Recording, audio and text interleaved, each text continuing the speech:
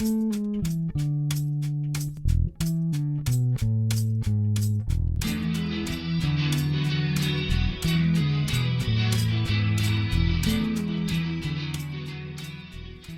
I talk to people about the art of attracting beautiful women, I often get comments like, isn't it really all about confidence? And I agree with that point of view. I think to a large degree, it really is about confidence. The question is, how do you teach confidence to an average guy who's had varying levels of success with women? How do you take a guy like that and really get him to feel that feeling of confidence? It's going to radiate out through the room and really affect every woman he meets. Experience is one way, but that takes time as well as a high level of success. I needed another way to teach confidence, a way that could be taught quickly and easily. And that's why I'm excited that Body Language is the first tape we're doing. I really think it's the best mechanism to teach people to project confidence. And we're going to talk more about what I mean by that and more about what I mean by body language in a bit. But before we do that, I want to show you some pictures that demonstrate what I'm talking about.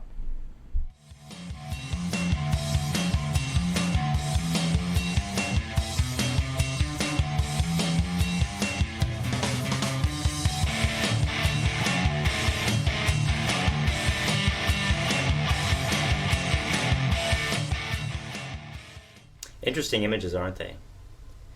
I show those images to people a lot, and I often get the comment, wow, those guys are good at posing for the camera. And that's true to an extent, but I also think that that somewhat misses the point of body language. And in fact, if you look at pictures of these gentlemen in almost any situation, they always look relaxed. They always look confident. They always look in control and charismatic. Somehow, that confidence always comes through. And it's not just true for celebrities. You'll find that's true with your social group as well. For example, if you take pictures of a peer group and you ask yourself, who's the most confident, charismatic person in this peer group? Who's the best with women? And then you pull out random photos that were taken of these people with their friends. You'll probably find, as I have, that most of the time they somehow look more confident. They somehow look more charismatic, even when they're not aware a picture is being taken. And that's because confidence isn't something that you turn on for the camera. It's something that's just a way of life. It's something you carry with you that always attracts women, no matter what you're doing.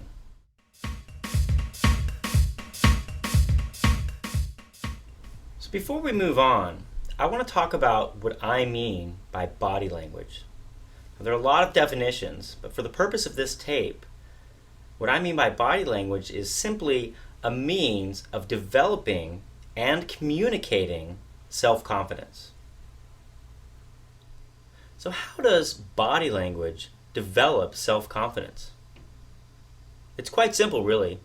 There's a feedback loop between my own feeling of self-confidence and the self-confidence that my physical body projects to the world.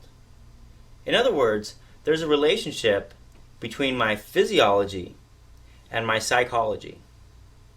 And this is what I call a hardwired relationship. In other words, this is a relationship that exists in the part of my brain that's not affected by conscious thought. It's just a law of our biology. And I want to demonstrate this so that people understand how powerful it is. I want you to go back to a period of your life where you were angry about something or you were sad about something. Just kind of remember a moment. You have one? Okay. Put yourself in that space, the space of feeling angry or feeling sad. And just start to feel those feelings. Start to relive that moment a little bit. Are you feeling that? Now what I want you to do, despite the way you're feeling, I want you to force a smile on your face. So you're feeling sad, but at the same time, you're going to smile. It's going to feel very unnatural. It's going to feel very uncomfortable. But I want you to hold that smile. Just force it. Do you feel it? Hold that smile, and you'll find very quickly, within 20 or 30 seconds, you'll find it literally impossible to feel angry or sad. Isn't that interesting? When your body adopts the physiology of the smile, even if it's a ridiculous forced smile, just the physiology of adopting that smile completely limits the psychology that you're able to adopt. Now that's a very specific and powerful example. But the other examples that I'm going to be giving take a little more time and they're a little more subtle, but that relationship still exists. If I'm at a bar and I'm feeling unconfident or I'm feeling nervous, let's say there's a camera on me and everyone's looking at me. If I stand like this, I'm still going to feel nervous. But if I, despite my nervousness, adopt a pose of confidence, I'm still going to feel the nervousness for a while. But if I hold this long enough, after a couple minutes, I'll feel confident. It's powerful stuff. So how does body language communicate self-confidence? Psychologists agree that between 80 to 93% of all communication is nonverbal. The way you present yourself in terms of your physical body, as well as the tonality and the comfort level of your voice, is actually much more important in terms of what a person takes away from the interaction with you than the actual words you say to that person. If I go to a person and I have a conversation with a woman with a certain tonality of my voice and a certain presentation of my body, she'll have a completely different impression of me than if I say the exact same words with a much more relaxed tone and a much more confident stance. To illustrate this point, I've got some pictures. And every picture has the same caption, but I think you'll agree, based on the person presenting that message, you get a much different interpretation. Let's take a look.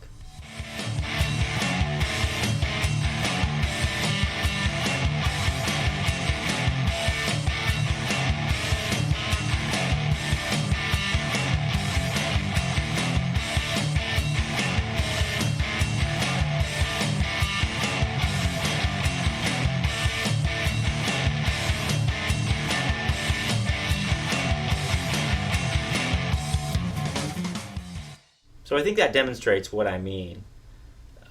The same words coming from a different posture and a different person can take on a completely different meaning.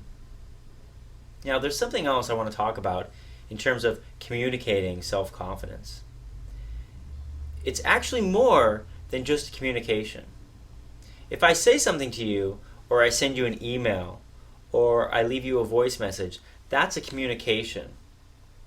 But if I'm having a conversation with you and I adopt a certain body language, it's actually much more profound than just information.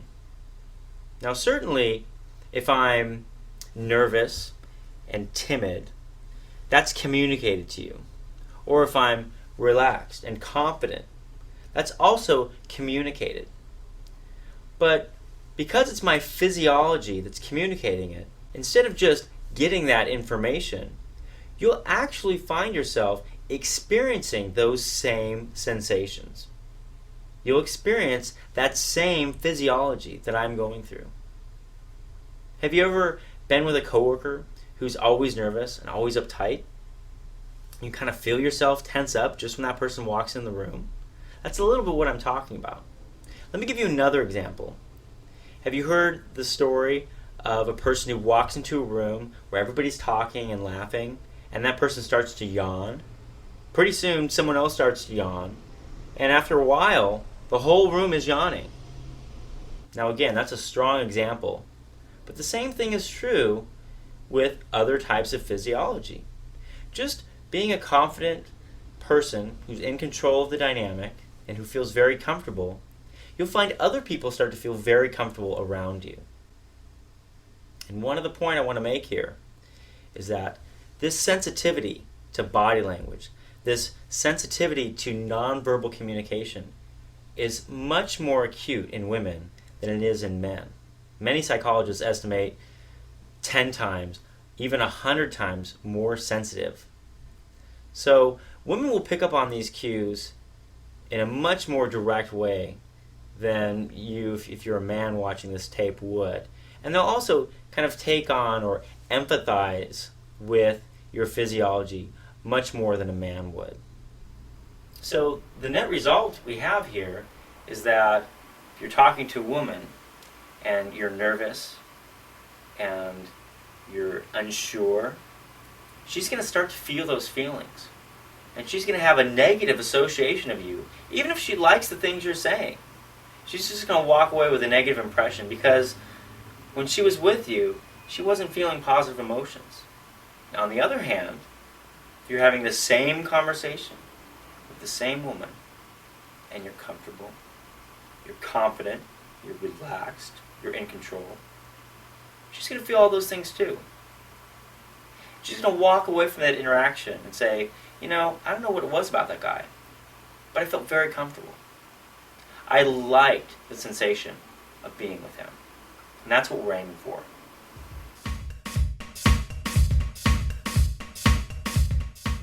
Okay, now we're going to talk about what to do with your body language when you're interacting with women.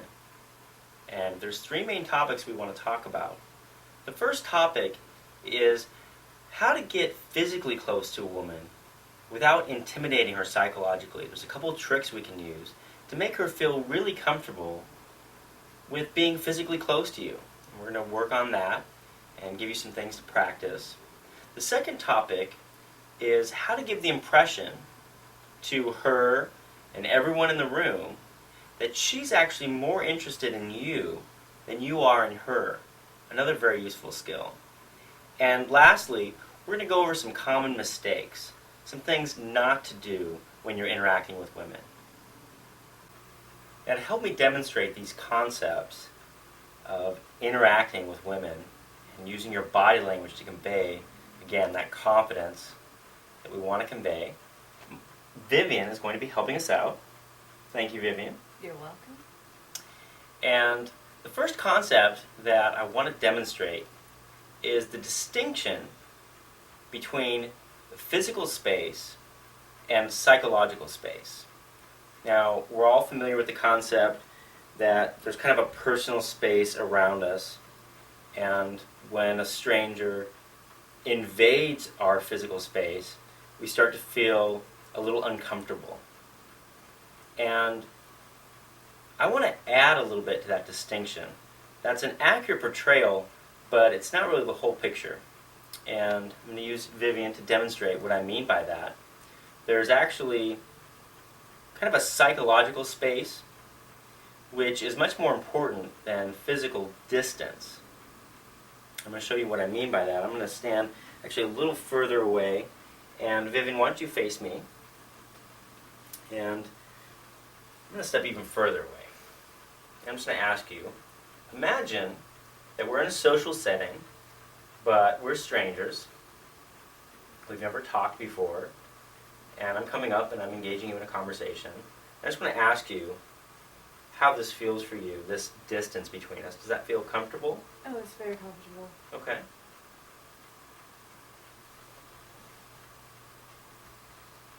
How about now? That's a little in my face. A little too up close and personal. Yeah.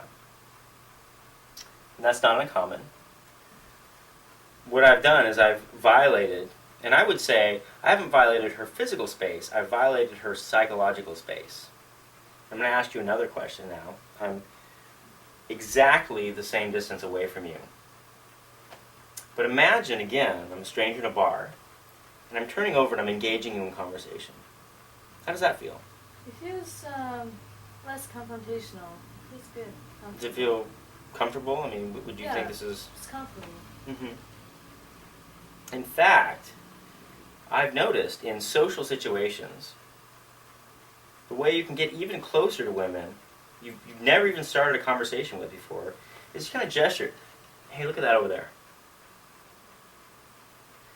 My energy is projecting away from Vivian. I'm going to ask you, how does that feel if I'm pointing out over there? I'm looking. Are you noticing how close I am to you? Not really. Mm-hmm. So again, now I've been able to get even closer to Vivian, and she still feels comfortable. I want to talk about how important this is. When you can make a woman feel comfortable in a situation where normally she would feel uncomfortable, it's a great thing. It's very powerful. When a woman says to you, yeah, or she says to her friends, yeah, it was strange, I felt really comfortable, it's always a good thing.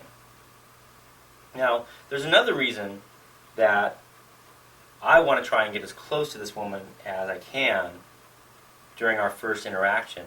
And that is, it's the reaction that other people will have to seeing us in a conversation being physically close. And we're talking about this distinction here between physical space and psychological space. And we understand what's going on here.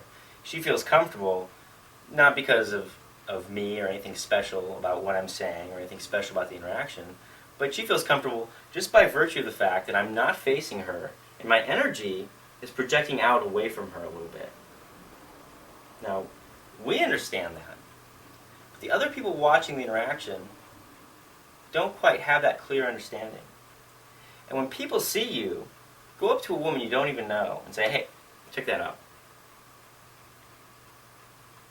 And they see that she's comfortable, and other people can tell, especially women. Women can definitely tell when you're talking to another woman if that woman is comfortable or not. Am I right, Vivian? Yeah. So, that's another great thing. Women are going to see you making all these other women feel comfortable, and yet you're so physically close that they might not expect that the woman is going to be comfortable. It's a great thing. So again, the main rule is the closer I get, now if this feels comfortable, does that feel comfortable? Mm-hmm. Now, even this, what do you think about this? It falls right in the middle. It could be kind of sketchy. Yeah. Maybe not. And that's, for me, a maybe coming from a woman about her being comfortable is always a no. For here, you can just turn it away a little bit. Just a slight shift on a 45-degree angle. How does this feel? Just fine. Just fine. And then I can get here. How does that feel? That feels good. Mm-hmm. And what about this? That's fine. Check that over there. Look at that guy. Right? Mm-hmm. So again, by turning my body away, I'm able to get physically closer. There's a third thing I want to talk about, and this is actually probably the most important reason I like to get up close to a woman early on. And that is so that I can take advantage of situations where the interaction is going really well. Let's say I'm here. She might feel comfortable with this. You feel comfortable? Now let's say I say something funny, and she starts laughing, and the interaction's going great. Just laugh. I can't come up and be like, yeah, isn't that funny? I can't make this leap. That would be strange. That would be really strange. Now if I'm here, and I say the same thing, and she's laughing, it's really easy for me to grab her hand, right? Even I can just gently, not really put my arm around her, but just gently kind of envelope her in my space. And it's very easy for me to do that. It's very unassuming, and it's actually pretty natural, because we're already, again, we're physically close, but we're not psychologically close. Now when I sense the interaction getting better, it's very easy for me to quickly build psychological closeness, just by grabbing her hand. Or maybe just by doing this. I mean, does it feel like we're a lot closer now?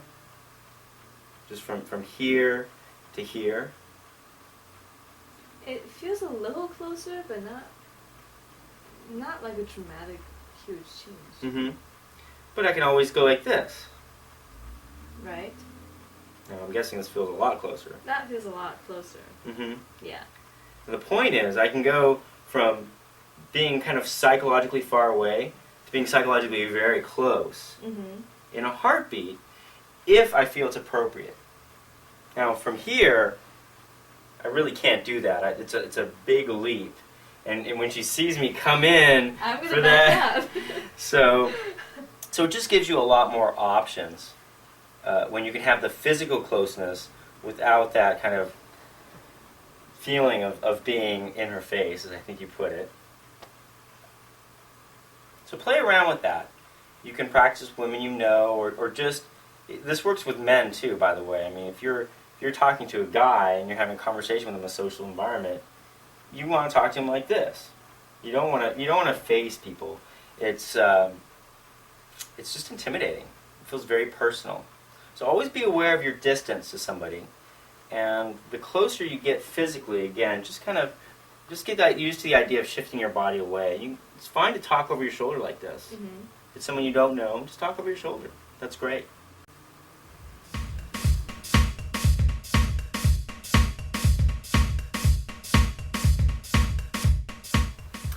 All right, so let's do some exercises, and my friend Nate is going to help us out. He's going to be doing the exercises. Welcome, Nate. Thanks.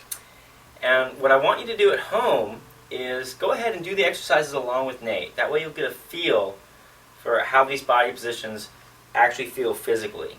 And if you have a mirror that you can use at home, that's even better, because then you can look at yourself in the mirror as you're watching us on the screen, and also getting that physical sensation and really, really learn this stuff. So we're going to start with standing. So Nate, I want you to just stand as you would comfortably. And it looks like Nate's standing how most people would stand if you just told them to stand. And psychologically, this is a very comfortable position. This is how I think most of us are told to stand if we're speaking or if we're trying to look proper. But it kind of looks a bit like you're standing at attention. It's a bit formal, and it looks maybe a bit like you're trying to impress people. And remember, what we're trying to do with our stance is we're trying to present that kind of natural, relaxed confidence. And so what we're going to do to get that is we're going to start from the bottom and work our way up until your whole stance kind of exudes that confidence. So what I want you to do first of all, Nate, is I want you to take your feet and just spread them a little wider than you normally would. That's great. And the idea here is that we're taking up just a little more space than we normally would. Go ahead and get even wider. All right. So we're taking up a little more space than we normally would. And that really is something that takes confidence to do. Just the idea of just taking up a little more space than the average person. How does that feel, Nate? It's a little bit uncomfortable. Mm-hmm. And that's common. And probably you mean that it's uncomfortable maybe psychologically. Yeah, right. Yeah, because physically it's very comfortable. You're very grounded. Right. You're very balanced. But at the same time, you kind of feel like, wow, I'm taking up a lot of space, right? And what you'll notice, Nate, is that if you do that for a while, especially in public places when you're talking to people, you'll start to become more comfortable with that idea. And becoming comfortable with that idea really is actually becoming more confident. That whole idea of physical sensation and psychological sensation really are related. So that's great. I want you to keep your feet that distance apart. And what we're going to do now, and I'll put my feet just like yours, is we're going to take our body weight and we're going to shift it onto one leg. So I'm just going to lean over and shift all my body weight on one leg. And Nate's done, again, what most people commonly do. He's shifted his weight over, but if you look, his toes are still pointing forward. And what that says to me is you're actually not 100% on one leg. So if you look at my feet here, as I lean over onto one leg, my heel actually twists and turns. Comes in just a bit. And what that does is it makes an L with my feet. So that this foot is perpendicular and then that foot is at the base.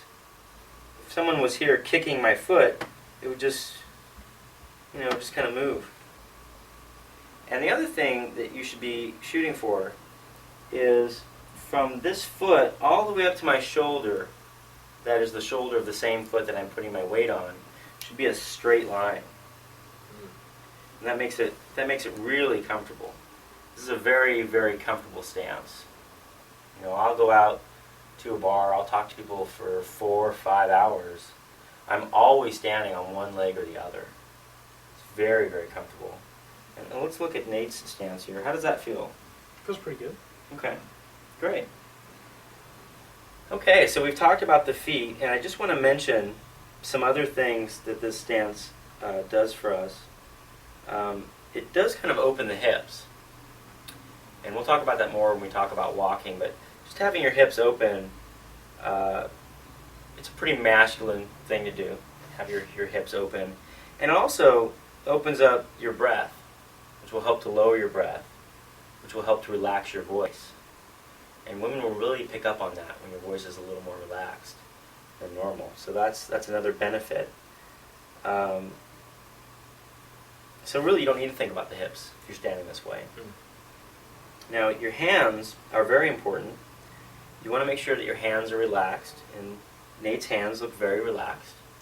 You just want them hanging at your side. You don't want them in front like this. We call that the fig leaf in public speaking, and it's a very protective position. And you don't want it back here. That's too. And you don't want to be kind of fidgeting with your fingers. This is very common sign of anxiety. It's just people will play with their fingers. And the other thing people will do is they'll move their hands kind of randomly as they're talking. Now we'll talk about hand gestures later, but just know for now, you want to start from a position of having your hands relaxed.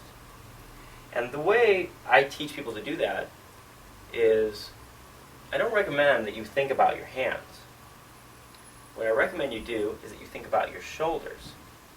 Because you'll notice that if your shoulders are really relaxed, and we'll talk about how to relax the shoulders, if your shoulders are really relaxed, you can't really have tension in your hands. The tension has to kind of flow down through your body to get to your hands. And that's true if it's the kind of nervous energy where you're playing with your fingers.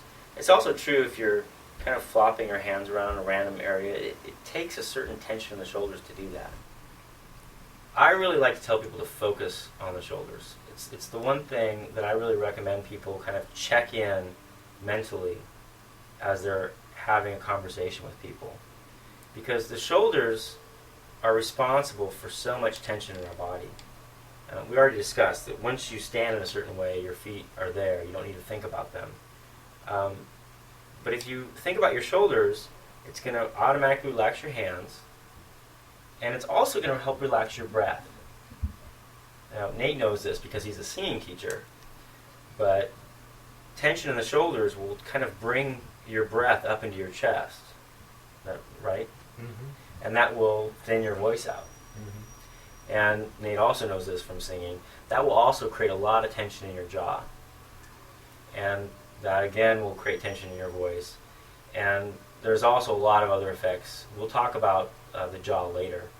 But you don't really need to think about the jaw, just think about your shoulders. It takes care of most of the problems you'll have in terms of your body language once you get a good stance. So what I want to do is show you a simple exercise to help you relax your shoulders. And maybe what we can do is stand sideways so that people at home can see.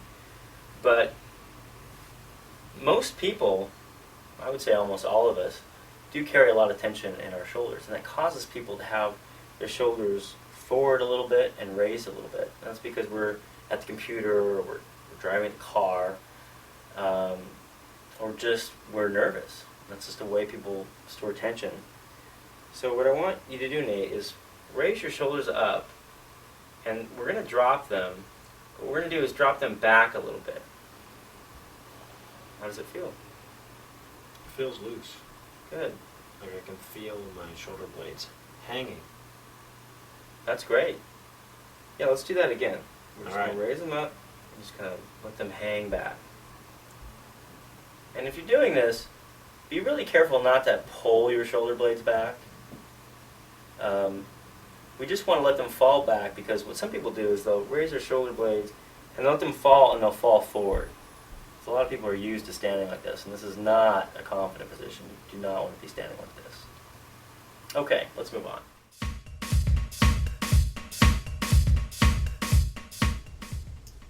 Okay, so now we're going to talk about sitting. So here we are. And if you're at home, it's a great time to get in a chair if you're not already in one. A couch is fine. And again, if you have a mirror that you can look at the same time that you're looking at us on the screen, that's perfect. So, Nate, you look kind of boxed up. Just going to spread out a little. Relax a bit. That's good. You seem to be taking up a lot of space. Is it starting to feel better? Mm-hmm. Good. Definitely. Good. So, that looks great. You look comfortable. You are taking up a lot of space. But one thing that doesn't happen as naturally sitting as it does standing is that concept of being asymmetric. And so, I do this naturally now, but what I like to teach is just to take one leg, maybe my left leg, and just put it out a little further. And I kind of also scoot my butt forward on the chair a little bit. And I'll maybe tuck my right foot in a little. And this just basically makes me look a lot more relaxed. And I want to talk about this because a lot of times people question that concept. We're taught our whole lives that this is better posture, and that this is how we should sit. It's very symmetrical. But in the context of what we're talking about, which again is having a relaxed confidence, it doesn't quite work. When I'm balanced, I'm sitting straight, it kind of looks a little confrontational. I'm facing the person across from me directly. So I'm a little bit more in their personal space. It's a little aggressive. And I'm also very balanced. I'm ready for action. Right? I look like I could get up at any time. Or even worse, it looks like I'm posing. Looks like I'm trying to look proper. Right? But remember, we're relaxed. We're confident. We're natural. If you take a little kid who's had a great upbringing and has nothing to worry about, he's not going to sit like this. He's going to be very relaxed. Right? And when you relax, the person across from you is going to feel more relaxed. Mm. And they're going to attribute that feeling to your presence. That's a powerful thing. When a woman says, "I feel relaxed around you," it's a very powerful thing. So anything we can do to make people more relaxed is good. And this idea of shifting our weight onto one side is one of those ideas. And for me, a lot of things happen when I scoot my butt forward and put one leg out. I notice that the leg that I have out, in this case my left leg, that shoulder tends to be a little higher. And in turn, that tends to drive my right hand a little further out than my left hand. All this kind of happens naturally if you just kind of sit there and kind of feel that. And all of a sudden, I'm not facing the person directly. I'm not leaning into them. I'm just relaxed. I'm leaning back. And I am comfortable. Now, I want to say something about this. The stance that we described earlier really is, in my opinion, one of the most comfortable ways to stand. And you can stand that way for hours, shifting back and forth. When you sit like this, it's not quite as ergonomic. It's very relaxed psychologically, but your spine is a little twisted. And that's okay, because when you're sitting and you're engaged in conversation, you can move around a little bit. You don't have to stay in one position the whole time, right? But you don't ever want to be the box, right? You don't want to be the person ready for action who's posing. So you can just kind of move back and forth between different positions as you're having a conversation. How does that feel? Feels fine. Good. And again, the shoulders want to be kind of leaned back a little bit. One danger that people have from scooting their butt forward is that they'll tend to slouch. And this isn't a slouch. You want to try and keep your back straight and kind of keep your shoulders relaxed. And again, you shouldn't be uncomfortable. You shouldn't be forcing. You look a little forced right now. And I notice your hands are kind of symmetrical again, which tells me your shoulders are even. So you might want to just take one shoulder and, yeah. Just that little change for me, that looks a lot more comfortable. How does that feel? It's a lot to think about. Yeah. It is a lot. I mean, practice sitting. You know, the way you sit is a lot more important than what you say.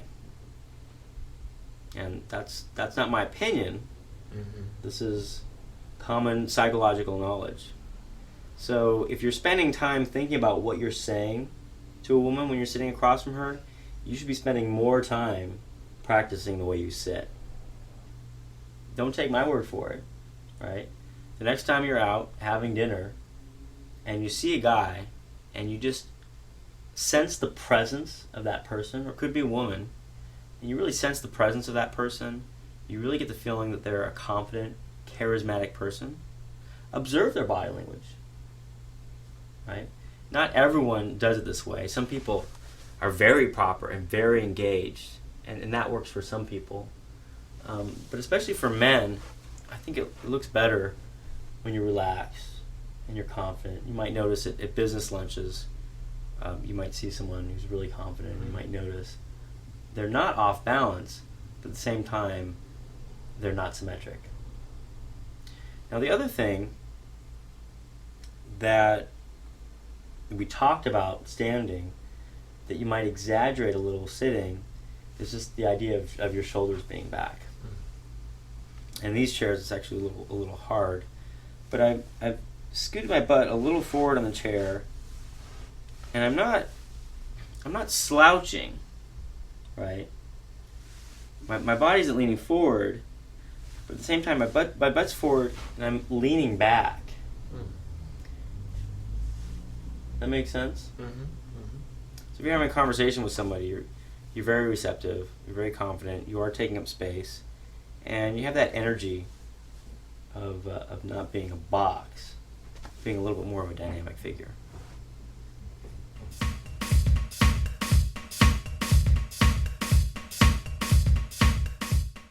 Now we're going to talk about walking. And walking is very important. I know it seems strange for guys to practice walking, but when I take guys out into bars, I'll watch them approach a group of girls. And sometimes I'll notice the girls kind of see them coming. And when that happens, it's pretty clear for me as an outside observer how the women are going to receive that person.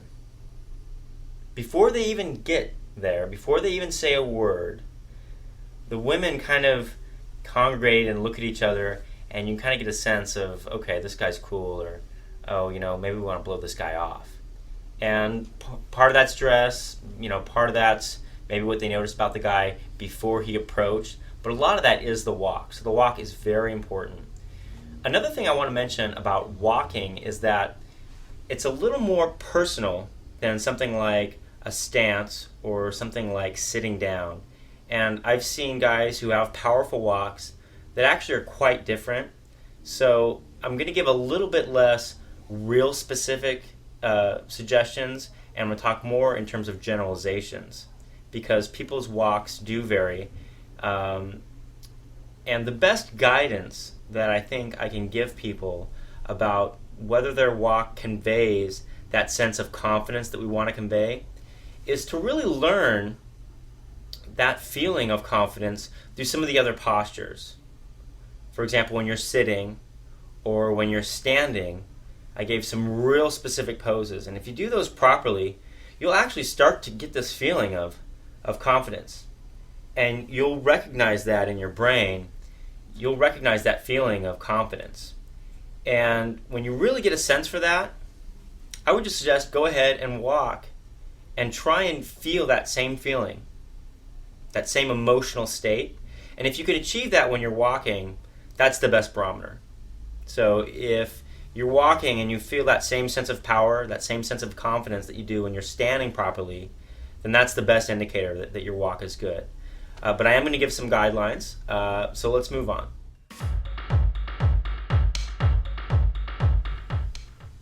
So now we're going to talk about our shoulders when we're walking. And it's actually quite different than what we're going to do with our shoulders when we're standing. And there's two reasons for that.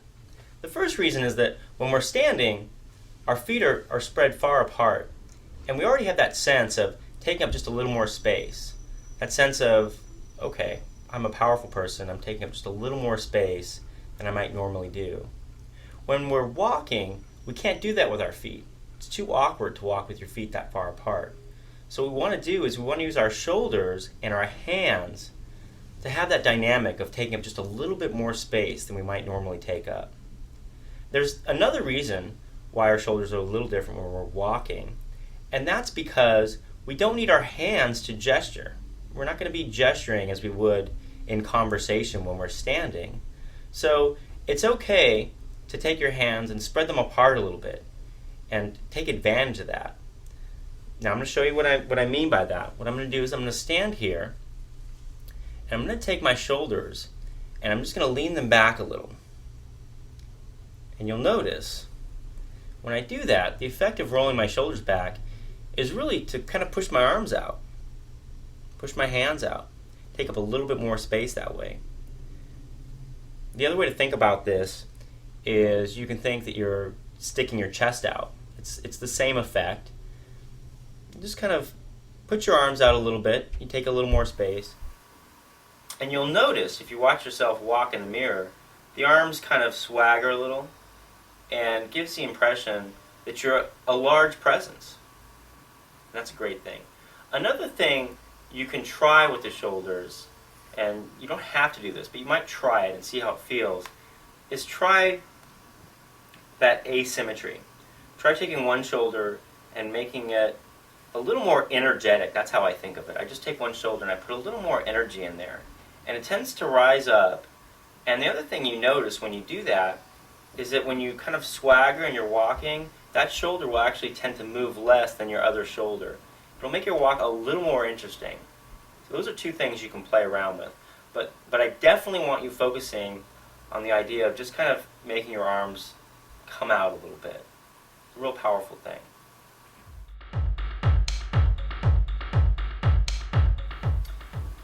One of the best things that we can do with our walk is really show that we're walking with purpose. And what I'm talking about here is if you're outside and you're going somewhere, you want to walk with purpose. You want to walk briskly. You want to know where you're going. But typically, in the type of scenarios we're talking about, you're going to be inside somewhere. You're going to be at a party, in a bar, in a nightclub, at some kind of a social event. And those kinds of events, people actually tend to walk quickly, even though they're not going very far. And what we want to do is we want to kind of buck that trend. We want to walk very slowly and very deliberately. One of the things that happens in a crowded room where everybody's standing and talking and socializing is that when someone walks by, everybody notices that person. And I think instinctively we realize this, and I think that's one of the reasons people tend to want to walk quickly. They feel like they're being watched. But again, we're projecting confidence. We want to be watched. We want people to notice us. And so when we want to walk very deliberately, and we want to walk very slowly. We want people to notice us. So slowing down your walk is one of the most important things you can do to really exude that confidence. You know where you're going, but you're in a social situation. You're not in a hurry to get there, right? You know you're going to get there. You know what's going to happen. And you know people are going to be happy to see you when you arrive. So slow down, enjoy the ride, just kind of notice people watching you, but always walk as slow as you can.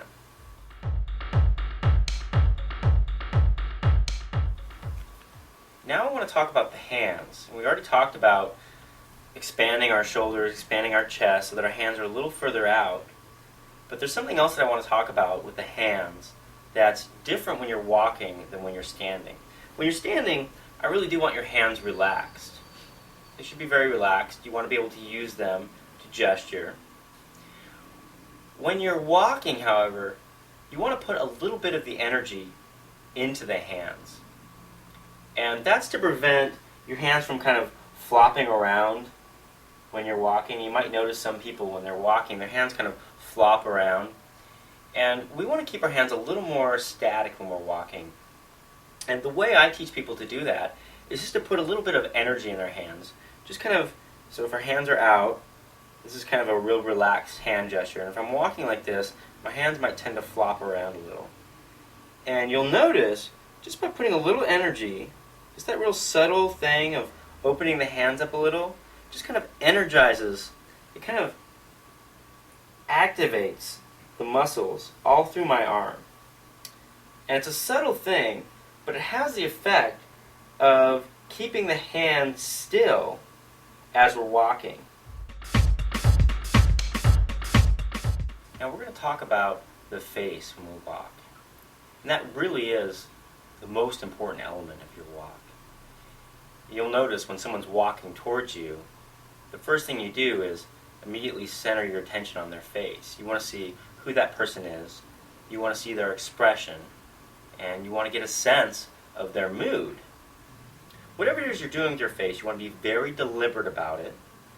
And you also want to walk in such a way that your face doesn't move relative to the person that you're walking towards. We're proud of our facial expressions. It conveys a lot of confidence, so we want people to notice that right away. Now what I'm going to show you next is some techniques of walking. They're going to help keep your head in line, help keep your head moving in a straight line towards the person that you're walking. So there are two techniques that we have for minimizing that back and forth motion of your head. Basically that motion is caused by two things. The first thing is it's caused by moving back and forth between the weight of one foot and the other. And that's going to happen if I'm walking with my feet over my shoulders. Now the way we minimize that is by walking with our feet in a straight line over our center of gravity. That rocking is minimized or goes away completely just by walking in line like that. Now the other technique that we have that makes all this easier is by putting the weight on the heel before we put the rest of the weight on our entire foot. What that allows us to do is with every step, you get a chance to kind of notice your balance and notice where to put the rest of your foot. It's a subtle thing, but if you get used to walking and feeling your heel on the ground before you put the rest of your foot down, it'll give you an opportunity to shift your weight with every step. Which will just give you another chance to kind of rebalance, kind of keep the energy balanced in your body, and again, keep your head from doing that back and forth rocking that we want to avoid.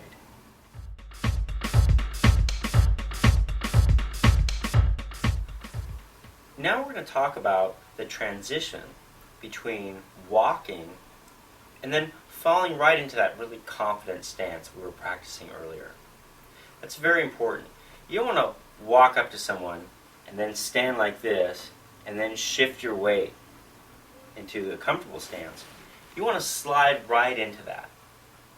Now if you remember, the elements of that stance are that your legs are a little further apart and all of your weight is completely on one foot so that your other foot is facing away in that L shape that we talked about. And the way to do that from a walking position, going directly into this correct standing position, is the last step you're going to take is just a little longer. And then I transition to putting the entire weight onto that foot, and the other foot turns over as we worked on earlier. So once again, I'm walking. My last step is a little longer, put all the weight there, and we see this heel turn as we saw before. And again, I'm in that L shape that we talked about.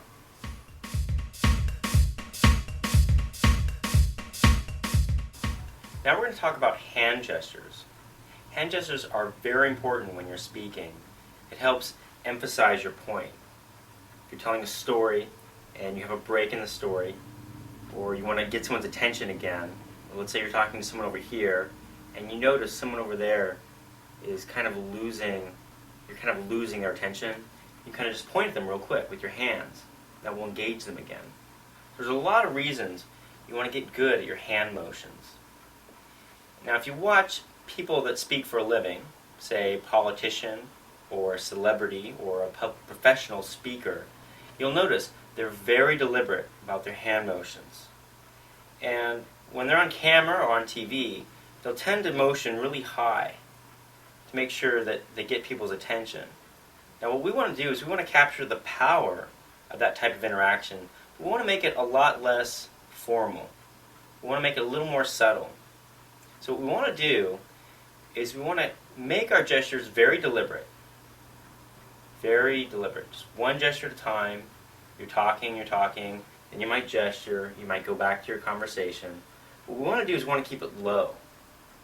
There's a lot of reasons for that. Number one, it's just a little more informal, a little more relaxed.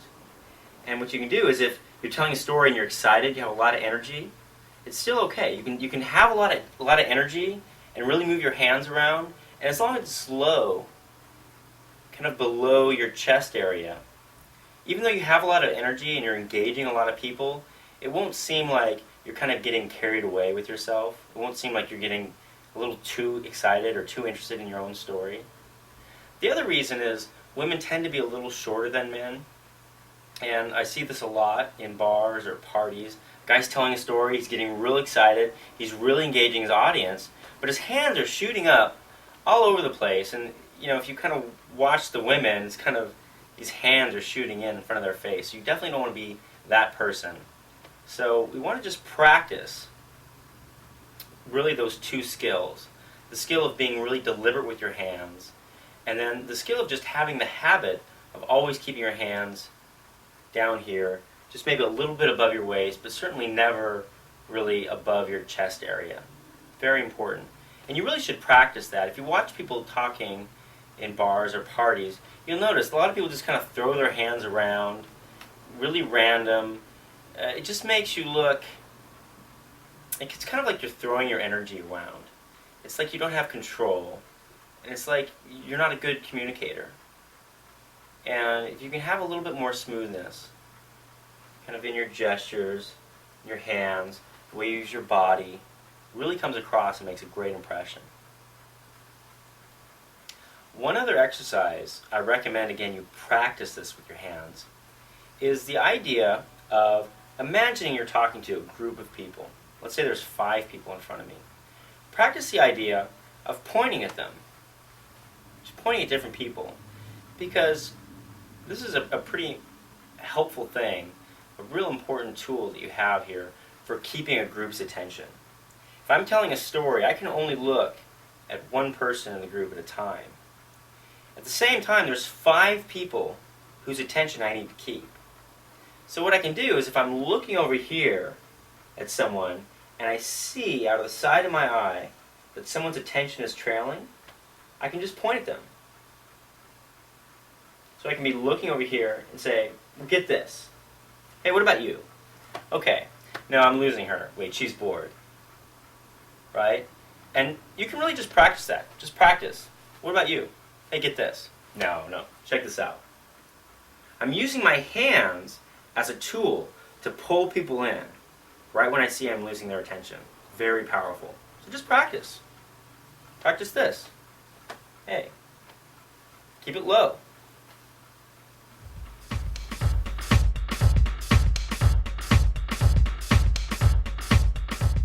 I gave you one barometer to tell you whether you're doing these things properly, and that is your own physical feeling. If you actually feel confident, chances are you're doing these exercises right. But I also want to give you an external barometer, something that can let you know if other people are noticing these things. And the best thing to do is just practice these exercises in a crowded social setting and notice if people give you a little bit of extra psychological space. People kind of walk around you. If people kind of don't crowd you as much as they crowd other people, you'll notice, and this is a great exercise, if you're standing in a really crowded sidewalk, and you're standing like this, and you're talking on the phone, people will tend to bump into you, or they'll tend to walk very closely to you. It's because you don't seem like a real powerful person.